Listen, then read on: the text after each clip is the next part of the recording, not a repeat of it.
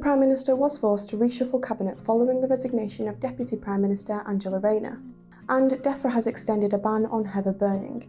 This is your Week in Farming with me, Mia Williamson. Now let's start with the cabinet reshuffle which happened over the weekend. Following the resignation of Deputy Prime Minister Angela Rayner, after she failed to pay £40,000 in tax, the Prime Minister was forced to reshuffle cabinet. Steve Reid has been appointed as Housing Secretary, bringing his 14-month stint as Defra Secretary to a close. Mr Reid will take over the position which was previously held by Angela Rayner. This means Wickham MP Emma Reynolds will serve as the new Defra Secretary. And Daniel Zeichner has been removed as Farming Minister. Mr Zeichner was relieved of his duties in the post on Saturday. Now Dame Angela Eagle, MP for Walsey, is the new Farming Minister. So let's talk about Miss Eagle. Questions have been asked regarding Ms Eagle's credentials to work in the farming brief. Shadow Farming Minister Robin Moore revealed that she had mentioned farming very infrequently in her 33-year political career in Parliament.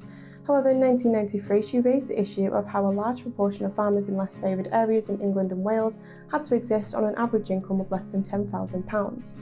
She's also been quoted as saying she is a fan of farmers' markets and how she wanted to see more of them. Ms Eagle has raised issues around rural poverty, but that was back in 1998. References to farming in the House of Commons since then have not been as forthcoming. In 2021, she said the Conservatives had thrown fishing, farming and peace in Northern Ireland to the wolves with a hard Brexit deal.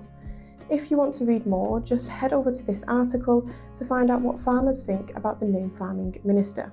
Now, Defra has extended a ban on heather burning. Farmers and rural organisations have said the decision is misguided and ignores concerns over wildfire risks. The decision was announced on Tuesday, with the government saying this will improve air quality to benefit communities. It will come into effect from September 30th. The Moorland Association have argued that it has taken little consideration of wildfire incidents over the summer in Scotland and England. And NFU Deputy President David Exwood said the decision could significantly increase the risk of wildfires breaking out in iconic upland areas. In other news, this week has been National Rural Crime Action Week. This year's campaign has put victims at the heart of the national conversation.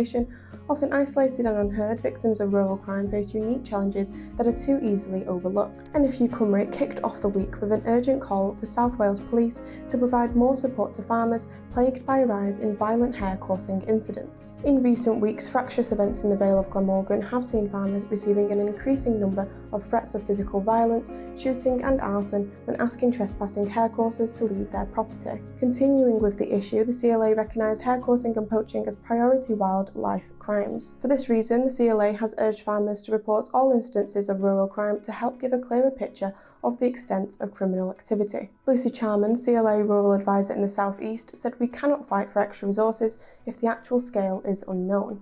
Full of campaigns, this week has also seen Black British Farming Day. It is an annual event celebrating the food and farming sector which took place on Wednesday. Launched back in 2015, the day provides an opportunity for politicians and the public to show their support for farmers and growers. To celebrate the day, the NFU released the latest Farmer Favourability Survey. It found the public values farmers for producing high-quality food, caring for animals and protecting the countryside, often in the face of extreme weather and economic pressure. Farmers were ranked the second most respected profession in the UK, with nurses at the top. The NFU said the new ministers in Defra provide an opportunity to make a strong case for farming to its new top team. As the NFU takes back British Farming Day once again to Westminster, it called on the government to recognise and reflect on this continued public support with policies that truly value domestic food production and farming's environmental delivery. And the Prime Minister was questioned whether he will reverse inheritance tax to show support to farmers during Black British Farming Day. During Prime Minister's questions, Sarah Boole, MP for South Northamptonshire, announced the annual event. As well as this, the wheat sheaf pin badges, which are worn in support of Black British Farming Day, were seen around the House of Commons. However, Prime Minister Sir Keir Starmer did not wear the decoration, along with Chancellor Rachel Reeves and Conservative leader Kemi Badenoch. Mr Starmer has worn the badge on his lapel in previous years. As well as this, the new Defra Secretary of State, Emma Reynolds, made her debut at the NFU Black British Farming Day event, studiously avoiding the question of inheritance tax. Despite the subject being the focus of NFU President Tom Bradshaw's welcome addresses, Ms Reynolds veered deftly to offer a light-hearted introduction of herself. She said she loved animals, but perhaps more importantly, liked eating them.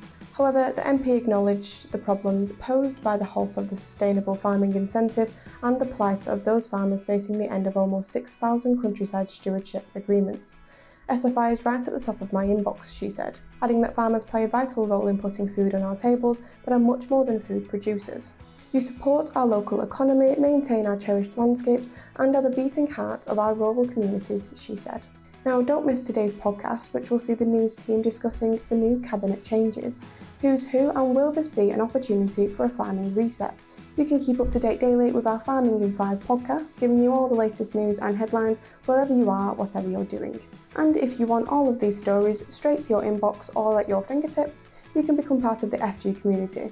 Just head over to the FG's membership page to find out more.